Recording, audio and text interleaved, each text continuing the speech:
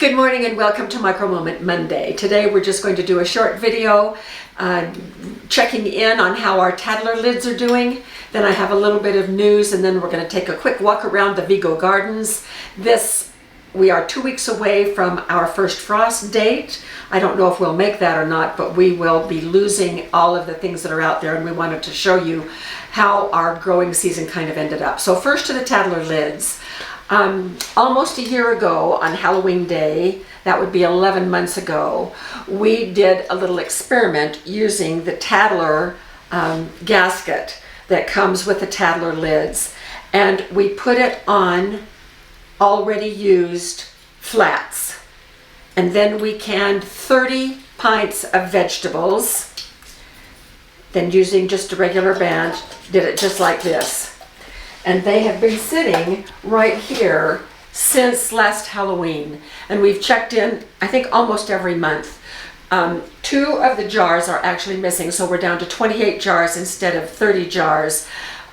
Jim used a couple of these for when I was really sick and he was fixing the food for us. He didn't realize that this was part of our experiment. But other than that, we have 28 that have just stayed here untouched and canned in that way. The reason that we did that was that the lids were just so hard to come by, and people were wanting to know, is it safe to use regular flats? And I didn't know if this was going to be safe or not. So I promised that we would test it for a year to see what happened. And so we did carrots, corn, and something else, I can't remember. And so here they are right here. And you can see the little Tattler lid poking through, not the lid, the Tattler gasket poking through right there. That one is still good. So these 4 are all good. Then here's a case of 12. I listened for the sound. It would be thunk if the seal had broken. Those are all good. And then the last dozen are right here.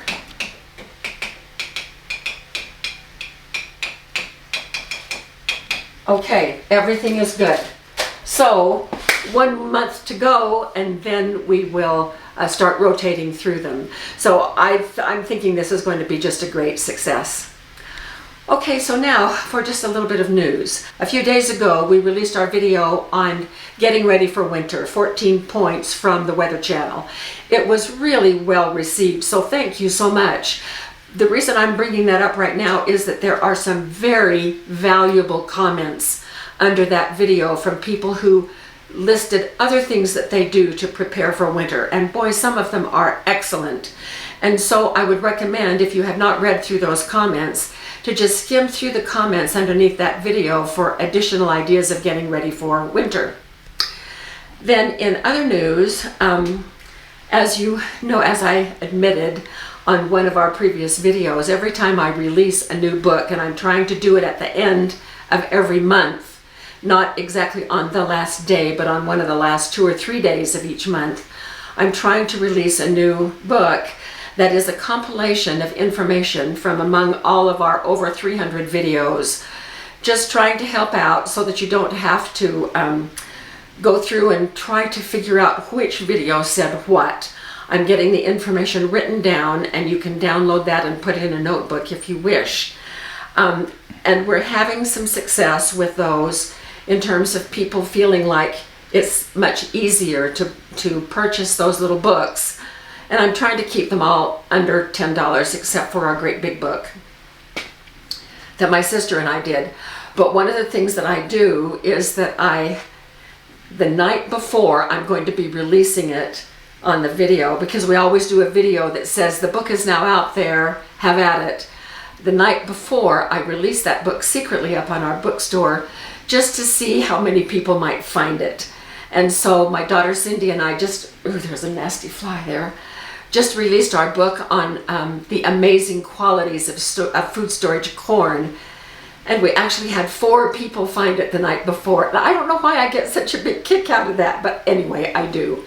So just wanted to let you know that at the end of this month, I'm not sure of the release day, but it will be before the last day of this month, the next book coming out is going to be our Four Sisters book We did a round table on this, 3 or 4 weeks ago for a MicroMoment Monday, where we talked about what we wanted to do, and the book is coming along really nicely. We have a few more than 40 recipes from all 4 sisters together, and it has just been really a fun project. So watch for that one to come out toward the end of the month. And then of course we also have our big food storage book that is 244 pages, and that one is not under $10. I think it's $24.95 or something. Something like that. Yeah. So that's what's coming up toward the end of the month. Now let's head out and take a look at our Vego garden.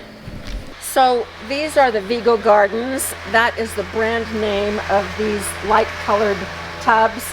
And they have just been wonderful because we don't have to get down on our hands and knees to tend our gardens. And they have done really, really well this year.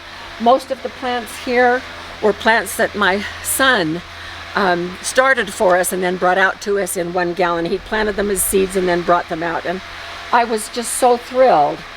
We have a lot of tomatoes here.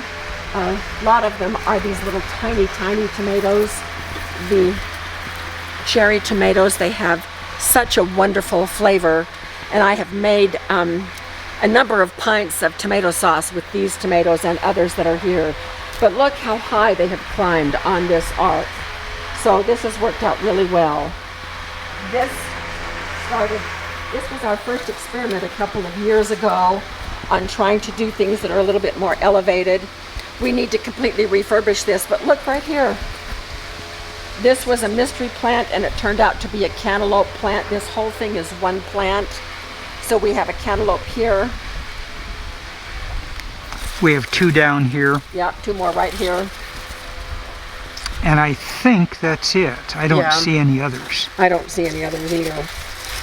But as you can see, it's starting to show age, so it will be done soon. More tomatoes on this one. And here's some Romas right here. Romas have really helped the tomato sauce be saucy. This one didn't climb so well, but a lot of them have climbed up.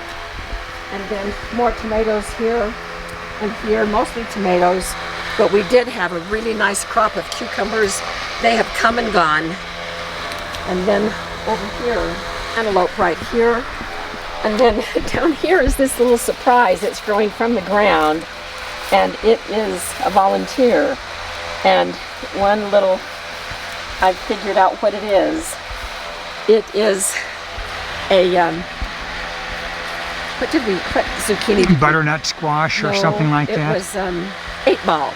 Oh, 8-ball. 8-ball zucchini. Yeah. So we might get 1 8-ball zucchini from that volunteer. But Jim, did you say you counted 6? 6. Here's one right here.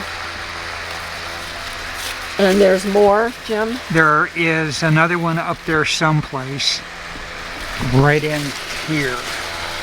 Right here. Oh yeah, okay. So there's another one in there. One right here. Yeah. So we're still getting cantaloupe. And so there are 2 or 3 at the bottom. Oh, right here. 1, 2. Yeah. And then on the other side you've got 2 more, I think. Oh, here's another one. 2 more right here. Yeah. So that's 6. Great. Plus the 3 that we have out there will give us 9. The cantaloupe this year have just been phenomenal, and I haven't tended this garden because I'm still working. Jim has been the one to tend it, and he has just done a fabulous job keeping it watered and keep things picked. So this is a big success with tomatoes for us. You can come over here and see the soil started off up here and now it has sunk down. So we'll need to do some refilling. It's still really good soil. But once we pull out all these plants after they have died out, then we will be refurbishing this we may do some fall planting, but we're going to be getting it ready for spring, filling it up again. The reason that it sunk so low is that we filled the bottom with yard waste and leaves. And so as that has decomposed, the whole thing has sunk. So we'll raise it up. Anyway, this has been one of the most successful times of growing tomatoes that we have had, and that's been a lot of fun. So thank you for joining us for this micro moment, and we will see you again next Monday.